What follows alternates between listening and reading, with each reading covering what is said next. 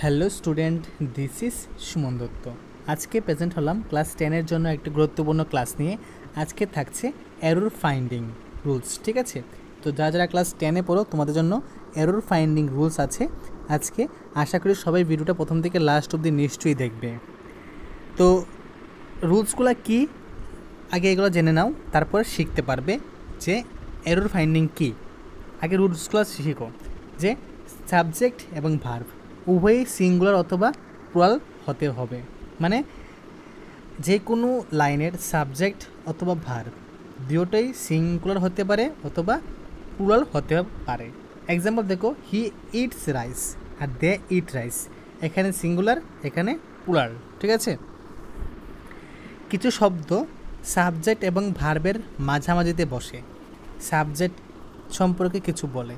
এরা subject verb এগ্রিমেন্টের কোনো প্রভাব ফেলে না। মানে কী আছে এখানে বলেছে যে কিছু কিছু শব্দ সাবজেক্ট এবং ভার্বের মধ্যে বসে, কিন্তু এরা সাবজেক্টের ভার্বের এগ্রিমেন্টের মধ্যে কোনো কিছু প্রভাব ফেলে না। যেমন দেখো কি, the man carrying the bag goes to the market. দেখো, the man goes to the market, কিন্তু মধ্যে কী আসলো, ক্যারিং দ্য ব্যাগ। এরা কী করেছে, এরা সাবজেক্ট ভার্ব একে কোনো এগ্রিমেন্ট, তাকে কোনো প্রভাব ফেলেনি। তো এরকম সেন্টেন্স তোমাদের পরীক্ষায় আসতে পারে। সাবজেক্ট সাধারণত প্রিপোজিশনাল ফ্রেজের আগে বসে, ঠিক আছে? প্রিপোজিশনাল ফ্রেজ সাবজেক্ট তার আগে বসে। তো দেখো কি আছে এখানে, a bunch of process is spreading the beauty of this stage, ঠিক আছে? দুইটি সিঙ্গুলার সাবজেক্ট যখন or either or neither not দ্বারা যুক্ত থাকে। কি, দুইটা সিঙ্গুলার সাবজেক্ট, ঠিক আছে? ধরো আই, ঠিক আছে, সিঙ্গুলার সাবজেক্ট। তারপর কি আছে, কি হতে পারে, কি বলেছে এখানে, মাই, ঠিক আছে, বলতে পারি। তো যখন দুইটা সিঙ্গুলার সাবজেক্ট থাকবে তখন তারা যদি এখানে মনে করো এই or either or neither not দিয়ে যুক্ত থাকে, তখন সিঙ্গুলার ভাব বসে।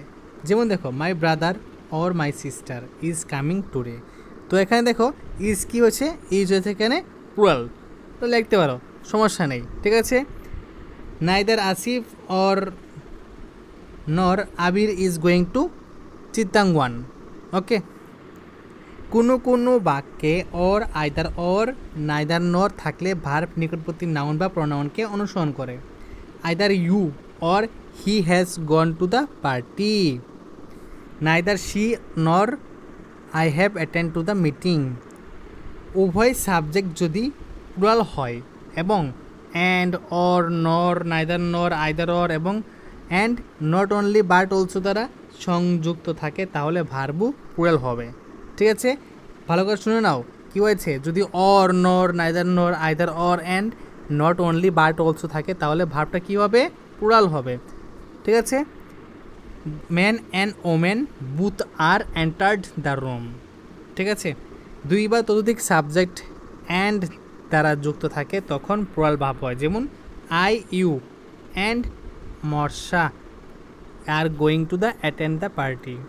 মাই uncle aunt and cousin are coming to visit our village. দুই বা ততোধিক সাবজেক্ট যদি অ্যান্ড দ্বারা যুক্ত থাকে, কি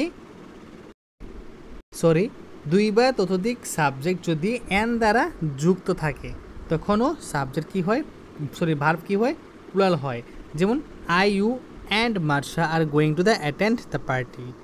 এটা মনে করেছি, তো আমরা করছিলাম এখানে দুই বা ততোধিক সাবজেক্ট যদি অ্যান্ড দ্বারা যুক্ত থাকে এবং একজন সিঙ্গেল ব্যক্তি বা একটি বস্তুকে নির্দেশ করে তখন তাকে সিঙ্গুলার ভার্ব বসতে হবে, ঠিক আছে? যেমন fried rice and chicken is his favourite. Fried rice and chicken is his favourite. কিছু শব্দ আছে যারা বাক্যে সাবজেক্ট এবং ভার্বকে বিচ্ছিন্ন করে দেয়, কিন্তু তারা সাবজেক্ট বা ভার্বের কোনো অংশ নয়। যেমন along with, as well as, beside, not, etcetera. যেমন দেখো কী আছে, the great writer along with the cameraman is given a shot. The great writer along with the cameraman is given a shot, ঠিক আছে? তো আজকে তোমাদের সামনে কিছু গুরুত্বপূর্ণ রুলস কনকর্ডের শেয়ার করলাম। আমি সবাইকে বলবো যে এটা আগে খাতায় লিখে রাখো, তারপর আস্তে আস্তে মুখস্থ করো, হয়ে যাবে। তো তোমাদের কাছে এরর ফাইন্ডিংটাও সোজা হয়ে যাবে। তো যদি আজকের ভিডিও ভালো থাকে অবশ্যই ভিডিওটা সবার সাথে শেয়ার করো। তো দেখা হচ্ছে একটা গুরুত্বপূর্ণ ভিডিওতে। সবাইকে অসংখ্য ধন্যবাদ।